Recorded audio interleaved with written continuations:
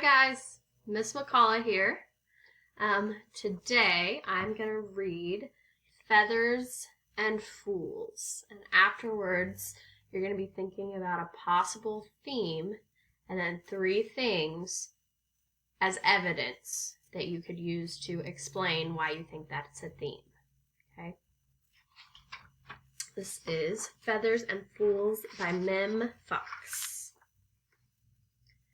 In a rambling garden long ago and far away, there lived a pride of magnificent peacocks.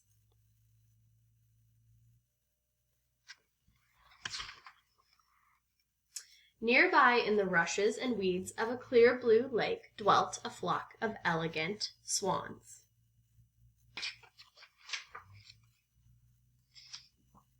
One day a peacock, musing on the mysteries of life, said, "How strange that swans should swim! It's unfortunate indeed that we do not, for we should surely drown." The other peacocks pecked and strutted, contemplating the meaning of this profound observation. Again the first peacock spoke. "How strange that swans should fly! It is happy indeed that we do not, for we should surely look ridiculous." The other peacocks pecked and strutted again, contemplating the meaning of this second observation.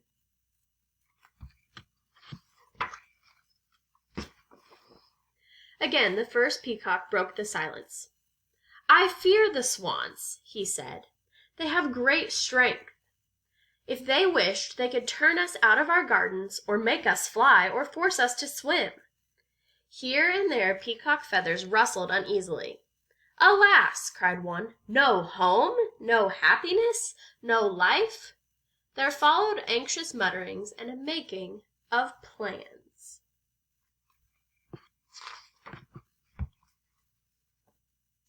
And so it came to pass that the peacocks gathered a great quantity of feathers, which they sharpened into arrows and concealed in the shadows of their gardens.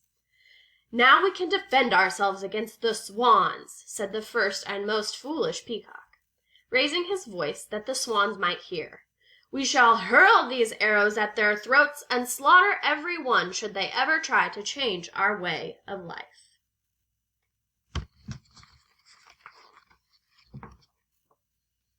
The swans in fear heard these fighting words and sharpened feathers of their own in even greater numbers and concealed them cleverly among the rushes and the reeds.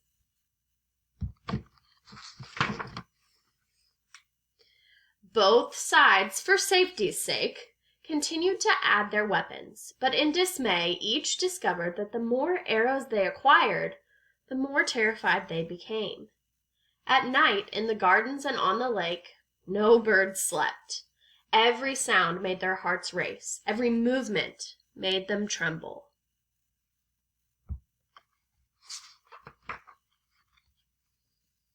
One day a fawn flew high over the peacocks, bearing in her beak a reed for nest making.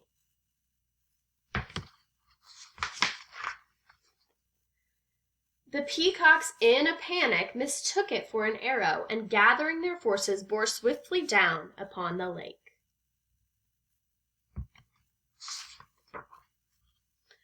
But the swans, seeing them coming, made ready. Soon cries filled the air, and blood darkened the earth. A cloud of feathers rose into the sky and haunted the sun.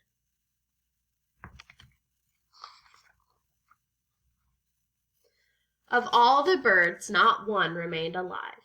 Silence hung over the gardens and over the lake.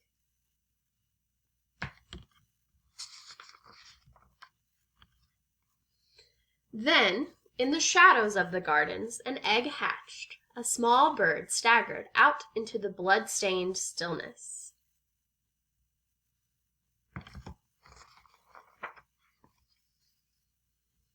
Among the reeds beside the lake a second egg hatched, and another small bird teetered out into the ruins.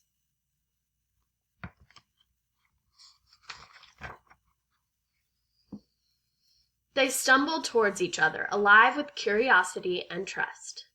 "You're just like me," said the first. "You have feathers and 2 legs." "You're just like me," said the second.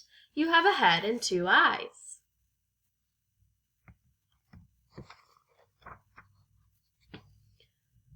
"Shall we be friends?" asked the first. "Most certainly," replied the second. So off they went together, in peace and unafraid, to face the day and share the world.